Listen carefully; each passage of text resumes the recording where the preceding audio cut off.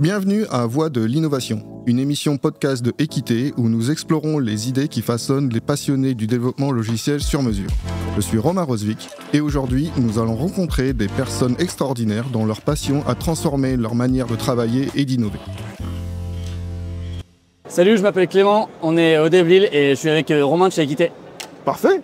Je te vais te reposer la même question parce que c'est le deuxième qu'on fait. Est-ce que c'est ton premier clap? Ouais, c'est mon premier clap, je pense. Du coup, non, c'est mon deuxième. Ah non, c'est ton deuxième. Ouais, la joie du montage. Et ça fait quoi? Ah bah c'est rigolo quand même, on se croirait au ciné. Ouais, un peu, hein. T'as vu ça, la classe? Bon, comment vas-tu? Bah ça va et toi, Romain? Ouais, ça va. Bon, je le prends un peu au dépourvu, il est passé, je lui dis tu viens faire un podcast avec moi. Donc ça va se passer un peu comme ça. Tu es là pourquoi? Moi je suis au Devlil, c'est un peu notre rendez-vous annuel sur l'île, c'est chouette, c'est la plus grosse conf sur l'île, donc on essaie d'être présent. Je suis avec Perse, on représente Perse. Donc t'as un stand? On a un stand là-bas à l'entrée, vous pouvez pas nous louper. Ok, voilà.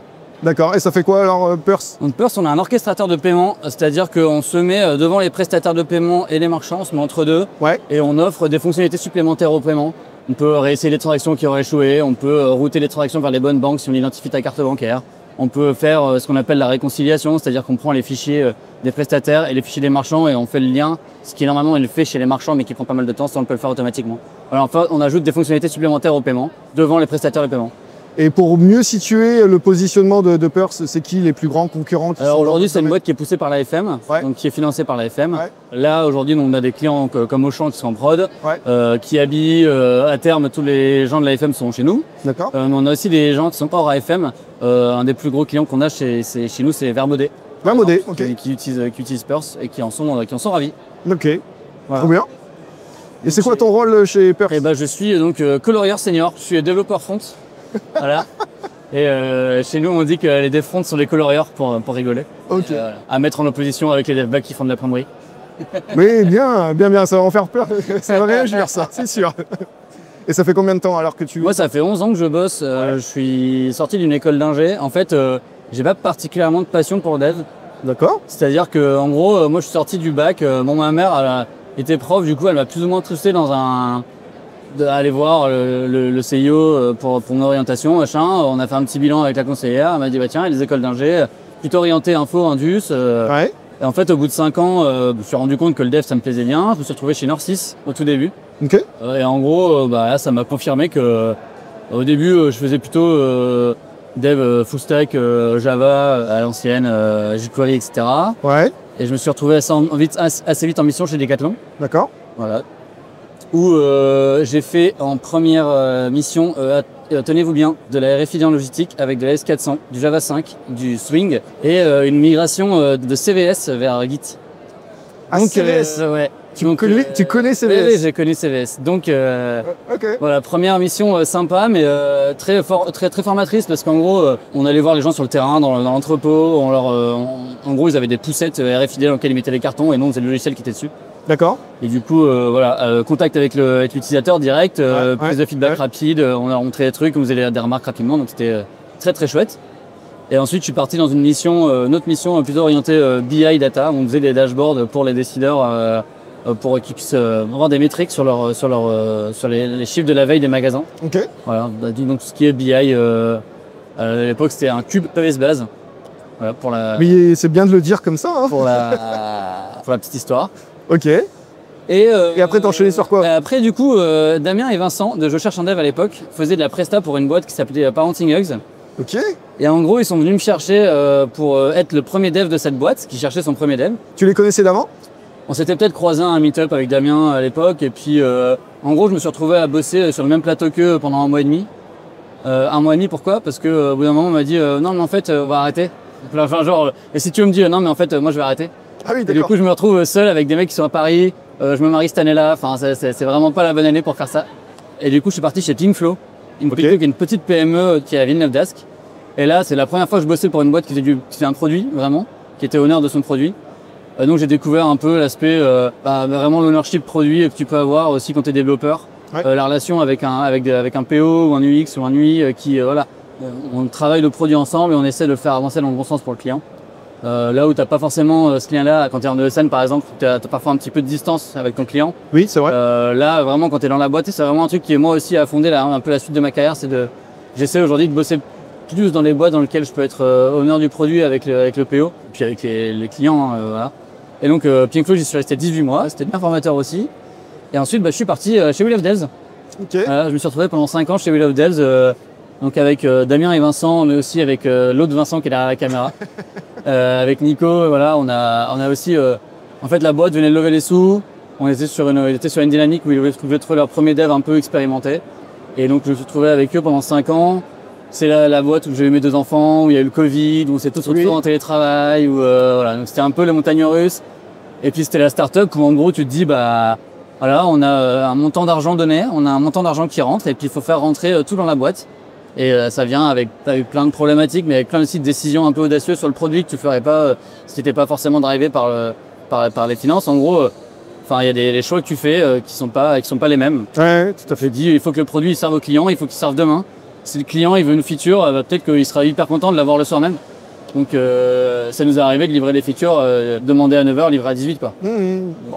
C'était Ça fait des petits coups ça fait des belles journées. Ça fait des belles journées et puis c'était la start-up comme on l'entend, au sens un peu pas à l'arrache, mais au sens voilà, on fait les choses simples, on fait les choses qui servent aux clients. Et c'est vraiment ça aussi qui a fondé aussi moi l'idée. L'idée c'est aujourd'hui de à la fois me faire plaisir sur la tech. Comme je t'ai dit, je suis pas un très grand passionné de dev. J'adore mon boulot. Je le fais 40 heures par semaine sans rechigner et c'est chouette. Mais par exemple, je code pas le week-end, je code pas le soir. Et j'ai pas forcément de side project. Mais par contre, je m'amuse bien dans ce que je fais et j'essaie de faire avancer le plus possible mon projet. Le projet, le produit, là où on veut qu'il aille. Ok. En tout cas, c'est très franc et très honnête. C'est cool. Ouais, ça casse un peu aussi le mythe du développeur passionné qui doit forcément se former sur son temps perso, ce truc-là, on l'a beaucoup, je trouve, sur les réseaux. Déborder sur sa vie privée et des puis, il y a aussi cet effet de halo que tu as sur les réseaux où tu vois que les mecs qui parlent beaucoup. Ouais. Et au final, il y a 5% des gens qui parlent beaucoup. Les 95% des gens ne parlent pas. Et en fait, c'est aussi bien de voir que ces gens-là, c'est eux aussi qui font tourner les boîtes sans forcément avoir de la visibilité. Tout à fait. Donc, c'est aussi un peu ça que j'ai comme posture, moi, vraiment. J'espère être bon dans ce que je fais. En tout cas, a priori, on me dit que ça va. Et en tout cas, on me garde. Mais du coup, voilà, c'est un peu l'idée que j'ai aujourd'hui. Moi, j'ai mis senior parce que j'arrive à un moment de ma carrière où j'ai 10 ans d'XP. Donc, il faut prêt, voilà. Faut commencer à donner des niveaux, quoi. Ouais, vraiment, cette idée, il y a cette idée de faire du produit, et d'être aidant pour le produit.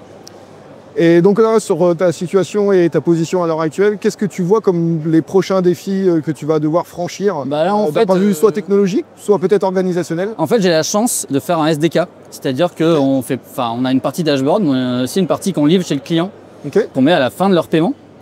Donc c'est nous qui recevons les informations de paiement. Enfin, alors pas nous directement, on a un prestataire qui prend en charge les numéros de carte pour l'instant. Donc en gros, nous, on est à la fin de la chaîne et il ne faut pas que ça rate.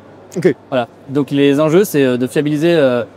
Déjà, la livraison est fiable, mais voilà, il faut toujours qu'on fasse attention à livrer des trucs qui marchent tout le temps. On ne peut pas se permettre de trucs qui ne marchent pas. Que ça soit sécurisé, j'imagine aussi. Alors, on a des contraintes de sécurité qui sont assez fortes.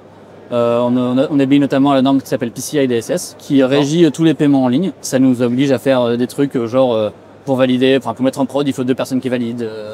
On doit livrer sur des buckets sécurisés, qui sont isolés, qui sont voilà. Et le niveau de sécurité amène de la lourdeur dans le mode de développement. Quand il est bien intégré chez nous, on a des gens qui sont assez bienveillants sur la manière de nous faire redescendre les normes. Donc on essaie que ça soit pas trop lourd justement. On essaie que la technologie nous aide à que ça soit pas trop lourd. Par contre, on est formé à la sécurité.